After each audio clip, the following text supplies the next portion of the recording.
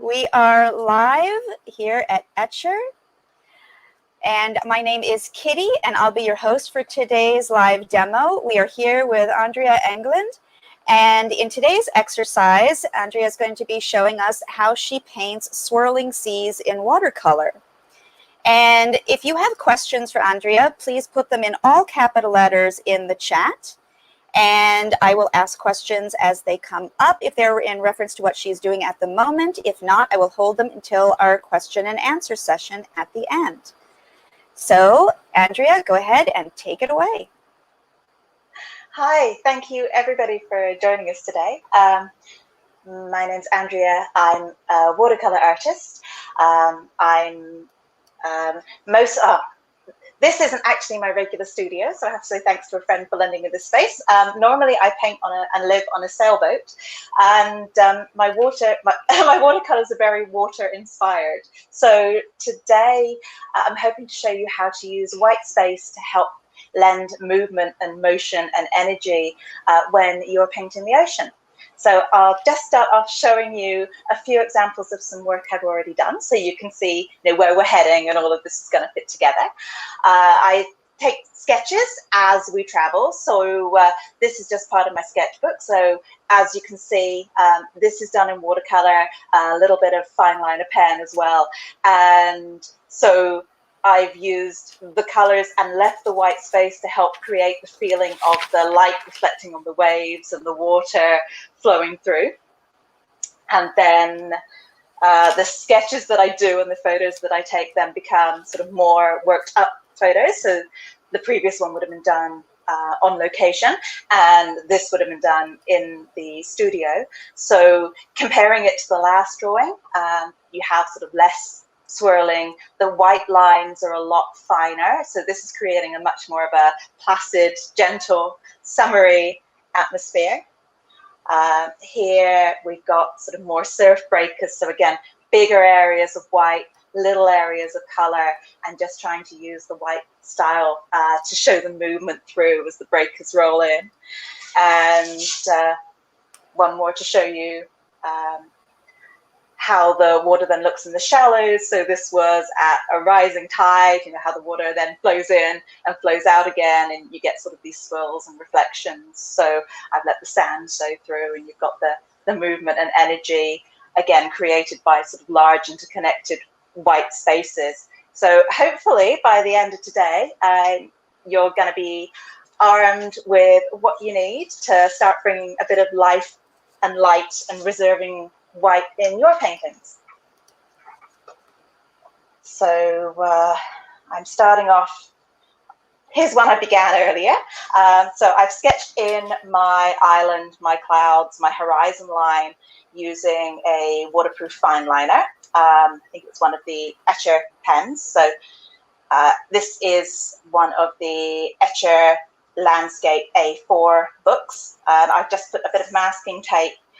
This is an artist tape around the outside. I didn't want to paint on the whole page, so this is just going to help me keep nice, neat edges. And it's handy as well if you're painting on a small sheet of paper and you're trying to stretch it. So you'll notice I haven't kind of drawn in any of the waves. What I like to do is to begin quite intuitively. You can start off, with pencil marks or with a very fine liner if you want to, but I'm going to show you how I do this as an intuitive process, and this works for creating A, those final pieces, and B, if you're interested in plein air sketching, you can do this out in the field as well. So I'm just going to mix up my first color. This is Daniel Smith's In the Throne Blue, which is a beautifully purpley kind of blue, PB60 if you're into pigment numbers. You can use indigo as a good substitute, or ultramarine mixed with a little bit of burnt umber. And what I'm trying to do is to get a pretty weak mix to start with. So I want lots of water, not too much pigment. You'll notice I've got some scraps of paper, so I can just try out my colors out here. As you see, this is very light. It's a bit like just colored water, and that means it's going to flow across the page quite nicely, and I'm going to be able to build up some color with it. I've got my reference image here. So I'm just going to take a look before I set paint to paper. And what I'm looking for are the main areas of movement. So one of the tricky things when we come to painting water is, there is so much detail in there. It can be really overwhelming. Where do we start? And what it's kind of natural to do, is just to lie down a wash. But then if it ends up being a little bit dark, everything can end up being a bit flat, and then you build up on top of it. So what I'm doing is kind of looking for the main ripples. And I'm noticing sort of through here, there's kind of ripples and reflections coming through. I'm not worrying too much about the reflections right now. I'll show you how we'll build those up later. And there's also sort of swirls coming through here. So I've almost got a couple of levels of movement. And then towards the horizon, you'll notice everything looks a lot more horizontal. So as I'm coming through and painting, to sort of give a feel of movement, I want to make sure I include those horizontal lines and then start building up, those swirls and direction that'll create a bit of movement as I paint through. So I'm going to start on the horizon just because, that can be tricky to paint later. Reduces my risk of putting my hands in the wet paint, although I do tend to flip backwards and forwards, and I'll show you some strategies for dealing with that later too. And the brush I'm using at the moment is a Da Vinci Casaneo. It's a size 2 quill. So this holds a lot of water and keeps a good point.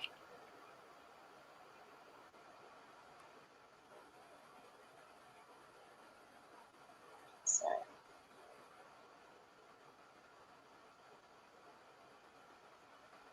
just starting off, adding some gentle lines, and you can see I've just left a few small white lines. Doesn't matter if the edges are a little bit ragged, I can come through and tidy those up later. And of course in nature things don't tend to be too precise, so don't worry too much if you're trying with this and going, my lines aren't perfect. It's all right. It actually adds to the effect. It shouldn't look like you've got a ruler out to draw it.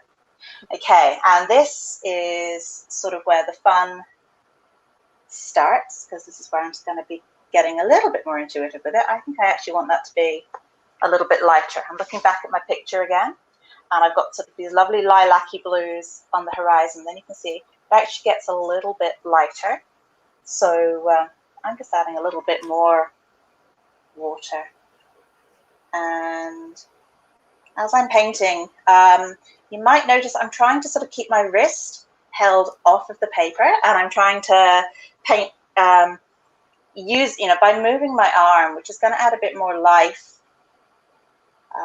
to my strokes and to my lines,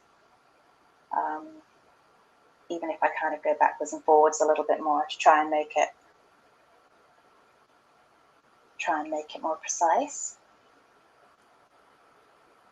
Because it's pretty light and I'm not doing a big wash, I can get away with fiddling about a little bit and going back over. If I was doing a large wash, then I try not to touch it again once I've let the first line go. And then again, I'm just keeping going back to my reference picture. You can see a bit of the water in there just to get a feeling. I'm not going to get too hung up, but you can see I'm starting to get that arch coming in. Okay, now what I want to begin thinking about is keeping these sections a little bit differentiated. So I'm going to actually skip an area, and I'm going to let some looser curves in. And again, I'm trying to keep my arm loose. I'm not keeping everything sort of butted right up to each other, because I'm going to add some different colors and different strengths of paint. When I need to tidy things up, I can then rest my wrist on my paper just to give me a little bit more control. And you'll notice there's sort of some dark beading in spaces. Now I can either just let that go.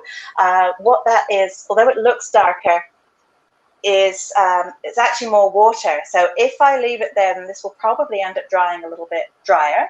It could end up turning into a burnt bloom. So I can either let that go, or I can just take a dry brush and I can just lift that up just very gently which will then help everything even out a little bit more.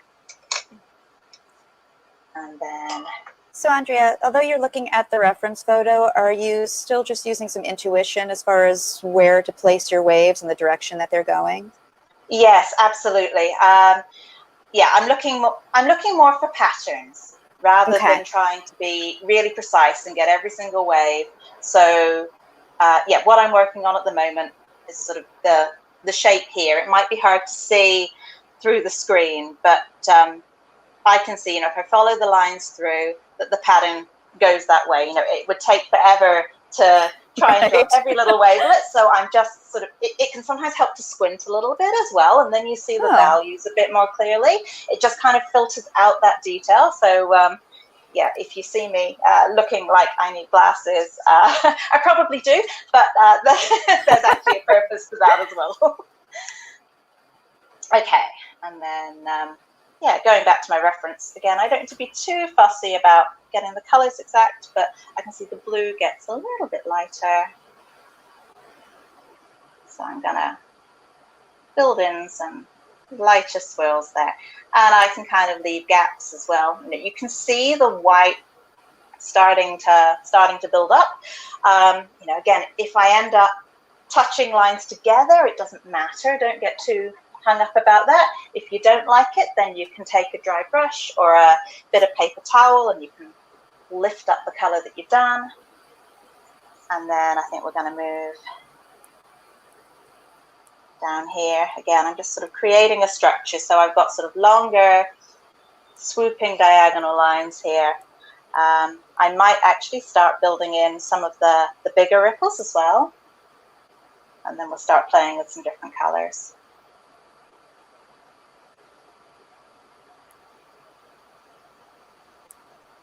So it's all quite intuitive, and it's just giving me a structure to work from. I can see down here the pattern kind of shifts a little bit, so I can include that if I want to. And, you know, you always have artistic license, so if you see something and you're going, yeah, you know, I'm not sure about that, I don't like that, or that's too fiddly or fussy, then you don't have to include it. You know, there's patches of seaweed in here, which for the purposes of this picture, I'm ignoring, so yeah, never be afraid to kind of edit and shift what you're adding. Okay. Always go with the flow, huh? Exactly. No pun intended. I'm starting to feel like my lines are all getting, you know, evenly spaced apart and even width. So I'm shifting to a slightly narrower brush. This is one from the Etchr range. This is a size 6, which is just going to let me create some slightly thinner lines. I want to get a bit more variation in my color as well. So actually just grabbing my big brush because I can move more color around quickly. I'm going to pop some in there, and I'm going to get just the tiniest dab of, this is a phthalo blue. No, it isn't. This is a phthalo green, blue shade. And you only really need a little bit of it. It packs quite a punch. I'm going to balance it up just with a little bit more of the undertone. And the nice thing about the phthalo green with an indigo, or you know, if you have an ultramarine mix with the burnt sienna that you've done, or burnt amber that you've done yourself, is it kind of neutralizes it, so it doesn't get as bright and turquoise. And yes, I'm just making a few strokes there just to check the color. And because it's got the undertone as a base, it's going to match up and work quite nicely going going along with my undertone without, you know, suddenly looking too tropical. So again, I'm just going to try and make some loose strokes. And again, you don't need to get too hung up. Anywhere you think, you know, that you can't fit your brush through can be a good place to start a new line, to start a new stroke.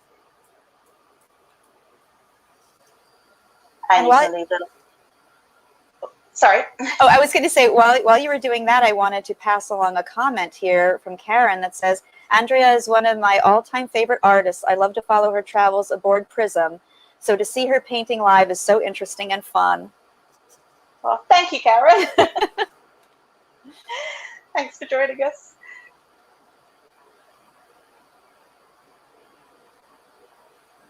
And then I'm just, again, sort of keeping to that flow, keeping to that pattern, filling the spaces, trying to vary the widths a little bit. Again, you know, things in nature that don't tend to be too uniform.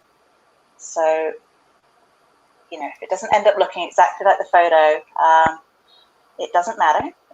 It's not like, you know, when you're painting a horse or painting a person, or oops, splat a little bit, just a bit of paper towel, lifts it up, and then we'll paint over that in a minute.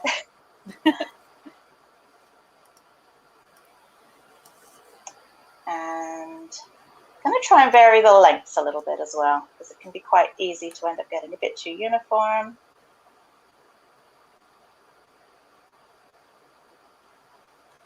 And do you prefer working on cold press or hot press paper? Ooh, that's a good question. I like cold press because it gives just that little bit of a texture, and quite often I use granulating paints. But I like cold press that doesn't have too much of a tooth. So yeah, so you know, relatively flat, so there's a little bit of interest there. I mean, yeah, this is a perfect surface for me. Arches, the full sheets are fantastic as well. I don't like their pads so much because that tends to be toothier. Fabriano Artistico, if you're on a bit more of a budget, Fabriano Studio is a great brand. You know, that kind of level of yeah, just sort of gentle to. And which sketchbook are you using now? This is one of the Etchr cold press sketchbooks. So this is the A4 landscape. Oh, okay. Yeah, that does have a really gentle tooth to it. It's just, for me, I feel like it's just right. Yeah, it's really nice. I've been experimenting with a bit of gouache lately as well. So I've been using the portrait one for that, you know, and again, it's perfect. There's a little bit of interest. Okay, so you can see I'm sort of filling in down here in the corner. And the reason I just started blurring shapes together was I found, again, you know, it can be very easy just to kind of end up in this zone and you end up making the same marks again and again, you know, which is very lovely and meditative and really isn't a problem. And if you're in your happy place doing that, then absolutely do it. But just to make things feel just a little bit, you know, more wild, I just sort of join those shapes together, then I can fill them in. And as we continue going through, I'll be building up more layers. So, you know, anything ultimately, you know, if I find I have a shape that's too big or shapes that are too uniform, then I can go through and I can sort of shape things up a bit. Nice. So just here where I've got a big space, I can change the angle. And again, I can always just go back to my reference photo. And, you know, I'm dipping my brush in between the two pots of color, and it just sort of lets the two merge together a little bit, and so then you end up with lots of color variations, you know, just from laying the strokes down. So you're not rinsing your brush in between, just kind of going back and forth? Yeah, I'm not being too finicky about them getting contaminated at this stage. You know, because they're similar colors, it doesn't matter too much, and it just sort of helps get those natural variations. Nice. And it does seem like there's a little bit of an exercise in patience with this too, isn't there? There can be, yeah. I mean, it can be wonderfully meditative. You know, you can make this as gentle as you like. You know, if you want to go with a bigger brush, you know, if you're thinking that, yeah, you don't have the patience to do this, then you can grab that bigger brush. And actually, thinking about time, I might do the same thing. You can grab that bigger brush, go back to laying larger lines.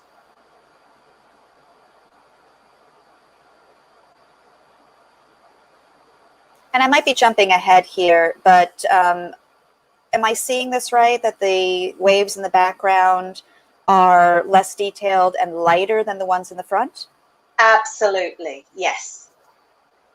Yes, and as we go through and we add the separate layers, we'll continue with that as well. So, you know, I don't want so much white in here. When I come to add subsequent layers, they won't be as deep. Okay, trying not to knock my mic, but I just want to get in here, and so I'm not doing strange crabby things with my hands. Just twisting my sketchbook round, so I hope everybody can see properly. It's, you know, don't feel compelled when you're painting, so keep everything the right way up the whole time. And actually, I think that's going to be a great excuse just to fill in that bit. And again, I can always, when it's dry, add more lines,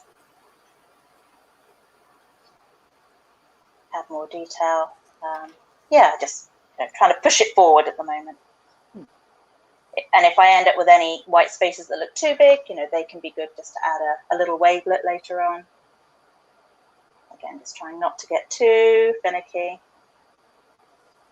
What I want to do here is sort of just weave the two different wave patterns through just a tiny bit, so I don't end up with a massive stripe between my wave tracks, if that makes sense. Yep.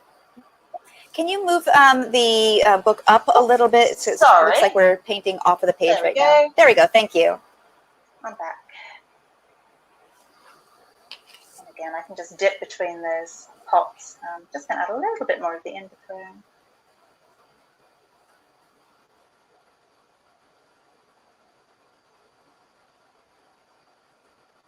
And then, you end up with some awkwardly shaped spaces, and you can either return to the reference photo to see what to do with those, but often it's just good to use your own intuition and see what will fit. As I've already said, when you're coming then to add the detail, you can kind of start fusing those bits together.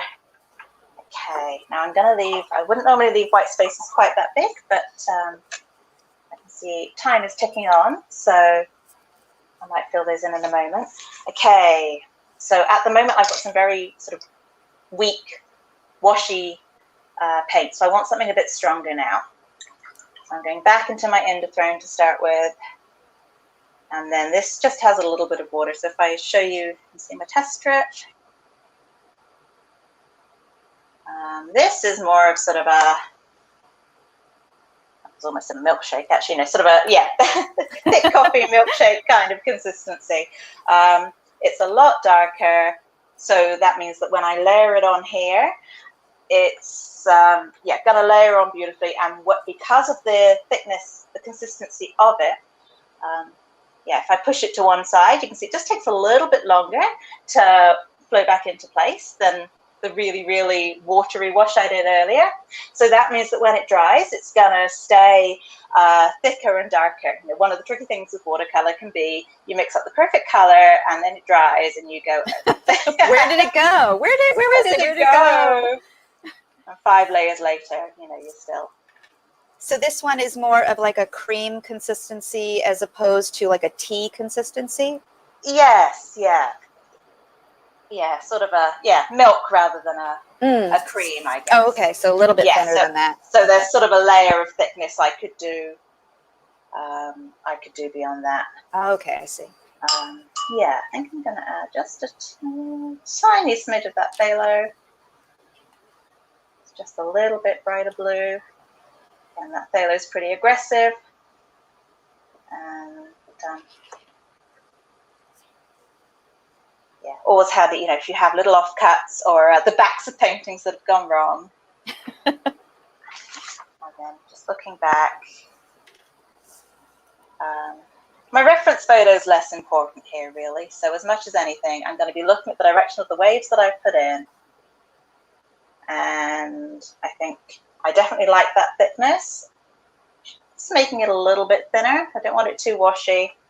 But then I've got, 2 different versions of the same color that I can just gently layer.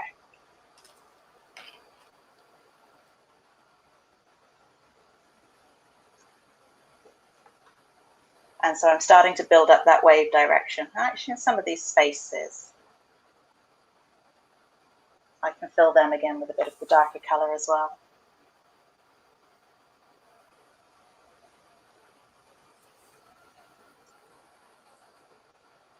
We have comments in the chat saying that they love this technique. And yeah, this is really beautiful. Oh, thank you. Oh, well, I hope you try it, and I hope you'll share what you do in the Facebook group, because I'd love to see, and the interesting thing with this, is everybody does it a little bit differently. So, you end up with something really unique. And that said, I am going to put into the chat a link for our Facebook group. It's a private group for just participants of Etchr workshops. And if you are following along today with this exercise, if you post it into our group, then Andrea can take a look at it and give you some feedback if you'd like. So I just put that into the chat.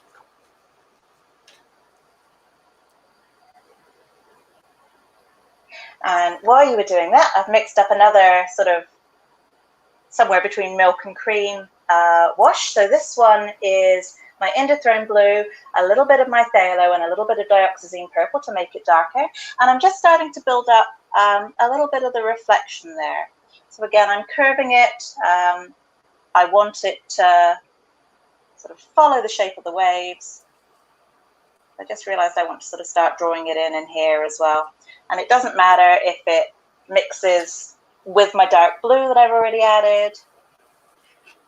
Actually adds a little bit of interest if it does.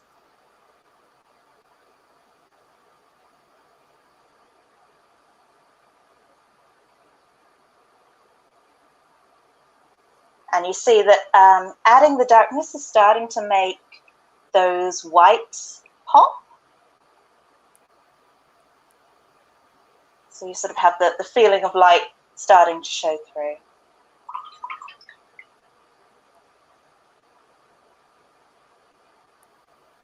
And again, I'm not being too pedantic about mixing, letting my colors mix. Because they're very similar, I'm not going to end up with mud. If I was using yellow and purple, for example, I'd be, being far more diligent about not intermingling them.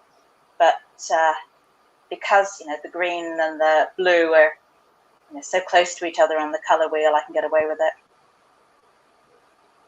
And again, just sort of intuitively, I'm thinking about where my trees are. Don't want the whole thing to end up green. And then just dipping my brush in the water. I know it's not clean, so I can just add some very gentle, very faint reflections back there. I tend to hop about my page and let it build up rather than sort of working one area to being totally finished and then having to bring everything else. I find this tends to be the easier way to bring balance. This brush, as you can see, it's got a nice tip. My hand's shaking just a little bit, so my lines aren't as straight as they could be. But yeah, the point is letting me, really vary my line width as I alter the pressure.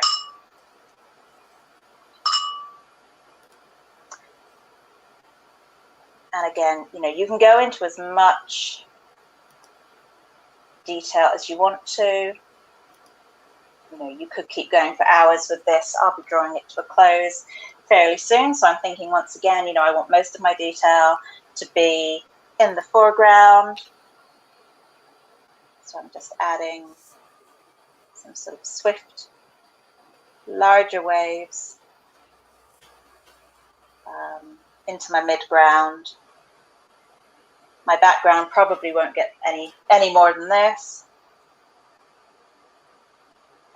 And returning back to the reference photo, you can see that that's reflected in the reference picture as well. Here it just looks like stripes of color, and it's when you get to the foreground that you get the interest and the movement.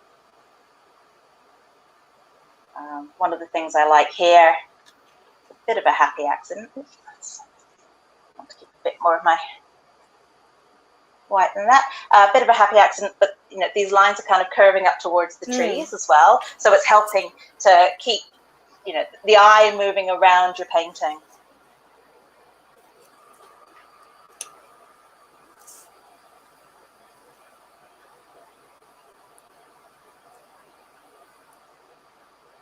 And to create contrast, you can have your dark lines butting right up against your white. Or you can kind of add detail in the middle as well, and let them be as loose and free. You can build up really precise shapes if you want to, but yeah, let them be loose and free and just have fun with it. Okay. I'm thinking now. I'm going to draw this to a close before I won't be touching on the rocks and things today. There will be another workshop, I believe, in a couple of weeks. So I'll be covering sort of how I did the glazing of the island and the sky, and how I proceed to make the rocks interesting. If you can join me then.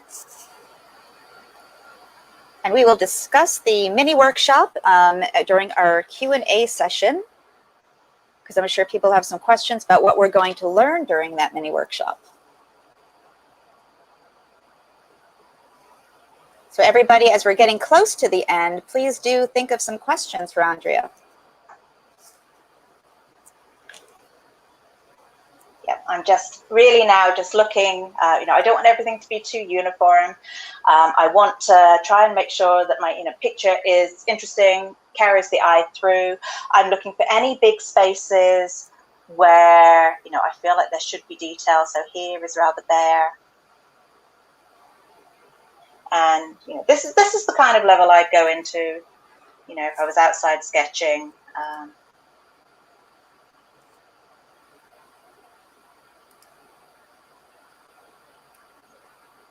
And you don't have to have, this is why we were looking for those patterns earlier. You don't have to have every single wavelet, every single ripple, but it should be creating a feeling of movement. It's getting your eye moving through. And because you've got that white, you've still got the feeling of light. And now we've got those darker tones coming in. It's giving a little bit of dimension to what we're using.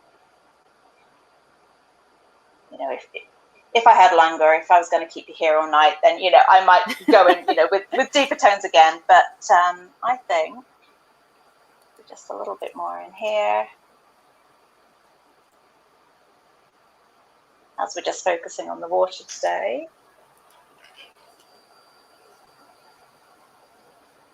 I think when I finish in this big gap, then I will call the water section done.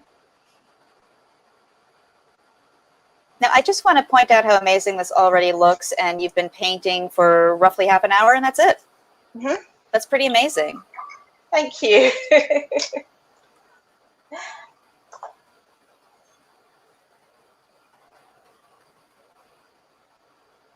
So I will I will pause it there, and hopefully you can see how if I kept going on, I could add darker shadows if I wanted to. I could build up a little bit more of the reflection, but right now, even just with that, it should have the movement of the water coming through, the feeling of a bit of light, a bit of reflection, a bit of sparkle, and because everything's quite gentle, fairly uniform sizes, it should show that it is a gentle day rather than having, bigger spaces, which would then imply bigger waves and a more chaotic ocean.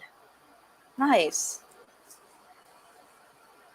Okay, so I'm going to bring you back up on screen here. Let's bring us all back. There we are. Okay. So here we can start our question and answer session. So first of all, going back in the chat here, did you go to art school to learn how to paint? I studied art until the end of sixth form in England, which would be high school in many other places in the world. And then I thought about continuing on to art school, but ended up taking a degree in history and education. So I became a primary school teacher. And then stopped painting, put away my brushes for a number of years, and picked it up again about 6 years ago. So yeah, sort of trained until the age of 18, or at least fumbled around without supplies in the art room. Nice. And if somebody would have questions and asking for a little bit of advice about art school, is that something that they could contact you through Instagram about? Absolutely, yes. Great, excellent. And how long have you been painting? Started watercolors again, for the first time, I think when I was 13. Okay. Yeah, my mum and dad, gave me this little set of Winsor and Newton Cotman paints, which, I loved using, sort of through the high school years. And then, I picked them out occasionally. I think, I stopped in my early 20s going, I don't have time, work's too hard, without realizing what I was missing. Right. And then in 2013, my mum gave me a sketchbook and said, look, you need to pick this up again. You need to start painting. So yeah, that's sort of when I started, pulled out the old paints, and they were still good, and started dabbling again. So it's grown from there. It's managed to turn the sketchbook into a daily practice, which has made an amazing difference. Even if you only have a few minutes a day, I sort of figured out that, even around teaching small children, I could, at least have, 10 minutes, 15 minutes a day to draw something. And over time, that works marvelous. Yeah, I would imagine even doing something like what you did today, just practicing a particular technique where you're not, you don't feel obligated to finish a whole painting, just something to keep you going is a great idea, a great way to keep going with that. Oh, absolutely. You can just fill a page, almost doodle, fill a page of the waves if you find that's relaxing and meditative. This is the kind of thing that I might, just work on a little bit, leave it at that point, pull it out again tomorrow if I want to, and see what comes next, or just turn to the next page and start something else. Another wonderful thing you can sort of do with the masking tape is, divide your page up into squares. So, practice different formations of waves. Yeah. Nice. Okay. So another question, do you work with other mediums? Mostly watercolors. I've started playing with acrylic gouache lately, which is a lot of fun. And I love pen and ink work as well. So, I have a lot of pen and ink sketches in my sketchbooks. Great. And here's a great question. Can this technique that you showed us today be used for scenes other than landscapes, or even in landscapes? Can you use it for deserts or for grassy fields, that kind of thing? Mm-hmm. Absolutely. I mean, for sand, for beaches, for deserts, it's wonderful. You instead of the blue, you switch to the yellow. You'll probably be using, or browns. You'll be using a lot less white there, probably. But you can still sort of think about where your highlights are. Leave those white, and it will still add life to it. Clouds as well. If you're sort of using a thicker brush, and don't worry too much about letting the base layers dry, so you've got a bit more wet and wet going on. Oh, yeah. Then you can use the same technique, to sort of keep, because that can be another really really easy part to overwork in a watercolor. Lay your wash, and then paint your swirls, your lines, while the initial wash is still wet, and so you've got the white that will stay white. So that can be really effective too. And you can use it, for grasses. You just change the direction of the strokes that you add when you add them. And in your reference photo, just always be sort of thinking about, okay, well, where are the patterns in the grass? When the wind's coming through, or the cornfield. I've used it for cornfields and dry fall grasses before. And I would imagine that you could apply it to other areas that you would ordinarily fill in with solid colors, like maybe textures on buildings. For people who aren't doing landscape stuff, and just sidewalks, all sorts of things with this kind of technique. Yeah, you can be as selective with the color as you want to, and especially if you're outside sketching and you've got a limited time, then leaving loads of white and then just painting a small area can be really, really effective. Excellent. And so here's a question that I had myself as well as somebody in the chat. So where was that photo taken? This is on the west coast of Vancouver Island in British Columbia. It's a beautiful spot, beautiful group of islands called the Broken Group, which you can kayak through, or we were going through on the sailboat. Yeah, beautiful. Some amazing rock stacks and rock formations in that side of the world. Do you have other favorite bodies of water that you like to paint? Vancouver Island's west coast is really hard to beat. There are some amazing surf beaches just a little bit to the north. They're not the best for sailing, but luckily, they're easy to cycle to, so they're wonderful to hang out on. In New Zealand, Northland, the water there is just amazing colours. And one of my dreams, when I go back to England one time, is to actually make it down to Cornwall and paint around there. I haven't yet, but it's a beautiful part of the world. Nice. And, we always want to know from our viewers as well, is there just something to think about, is there a favorite body of water or any kind of body of water that you would like to paint, maybe using some of the techniques that you learned today? So maybe let us know in the comments under the video on YouTube, what would you like to paint, body of water wise? We would love to hear your answers there. So let's see, are there any other questions for Andrea before we wrap up? We'll just give it a minute to see if anyone else has anything to say. It looks like we are good. Oh, actually, here's a question. Do you like the group of 7 painting works? Oh, I do, yes. Group of 7 and Emily Carr. When I got here, I didn't realize that my style was kind of going in that direction, but some people, say it's very similar. I think it's that feeling of movement, and life, and cool. Bright colors as well. Right. Yes, I love them. Excellent. All right, well, I guess we will go ahead and start wrapping up here. So thank you, Andrea, for being so generous with your techniques and with your insight. And I can't wait to see how much more we learn in your mini workshop. And again, the mini workshop is a step-by-step tutorial. And you'll learn to delve deeper into the techniques that Andrea covered today, as well as glazing the trees and the rocks and all the other elements of the painting.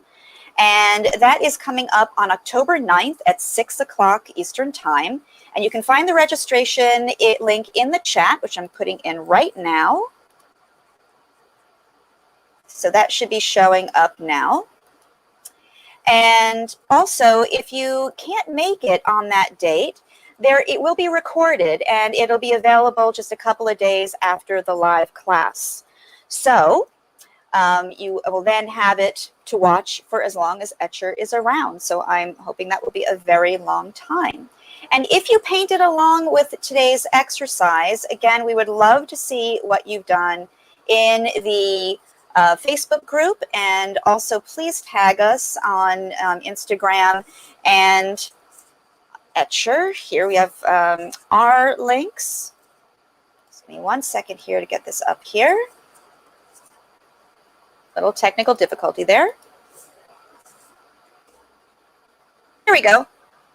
So that is Andrea's Instagram, and also our tags for sharing right here.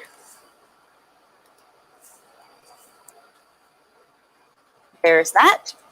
And yeah, if you put your pictures into our Facebook group, then Andrea can see them in a couple of days.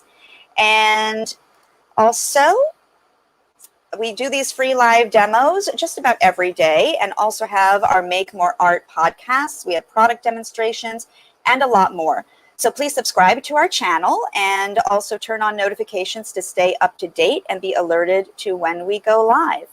And also please let us know how we did today. I'm going to put a link into the chat for our feedback, because we would love to keep bringing you content that you enjoy, and we really appreciate everything you have to let us know about how we're doing. So that is in the chat right now.